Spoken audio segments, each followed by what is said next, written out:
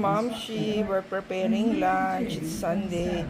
So mag-ano tayo ngayon, chicken pochero. So we have saba, sitaw, repolyo, sibuyas, bawang. Yung chicken nasa rep pa para hindi sira siya, no. And magko-cucumber tayo with suka later.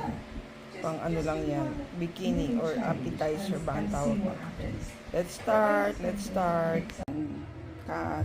Na-prepare na natin ang ating Sunday meat. So, chicken, repolyo, lagyan natin ng baking soda, atsuete water, coconut oil, patis, garlic salt, saba, sitaw, sibuyas pa. Let's start. Sibuyas, bawang, ginisin na natin. And next is the chicken. Lagyan na rin natin ng patis. Nasang kutsara natin ang ating chicken. Okay, after 10 minutes, 5 to 10 minutes, ito natin nalito yung ating atsuete sauce. Labasin muna natin yung juice ng chicken para himas sa ating kutsara. Nasang kutsara natin ng chicken. So, lagay na natin ang ating atsuete water para lumambot ang chicken bago natin lagay ang ating saba and sitaw. Last, ang ating repolyo.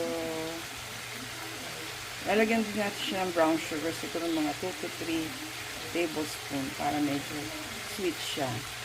Yung water, siguro approximately 1 cup kasi pinunod natin yung bowl ng atsuete water. Doon natin binawad yung atsuete. So, mga 1 cup of water.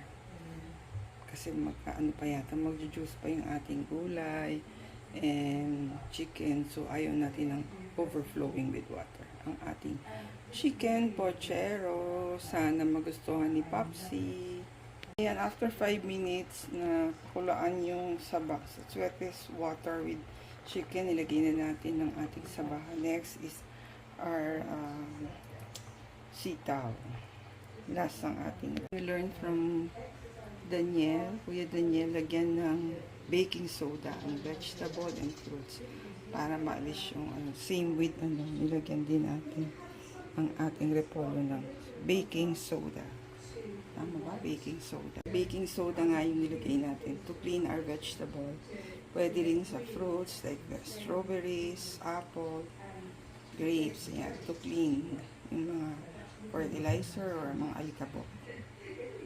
Nalagay na rin natin ang sitaw natin. So, yan. Palalambutin natin yan with the chicken before we place the repolyo. So, for sweet taste, lagyan natin ng 2 to 3 tablespoon of sugar ang ating pochero for umami taste. Yan din natin ng garlic salt ang ating pochero. Let's mix. Ayan, pag naluto yan, lalagay na natin ang ating repolyo. Tintin! Good morning, Kat. Ayan, nagluluto na tayo ng food at home.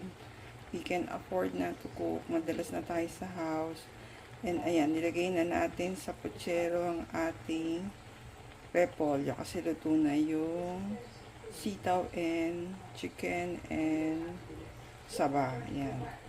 Mix natin para maluto ang ating repolyo for our chicken pochero Sunday meal. Our Sunday meal, Tin and Kat. Ayan, magustuhan sana ni Popsi ang ating chicken pochero. Enjoy! Thank you guys for watching. See you on our next video.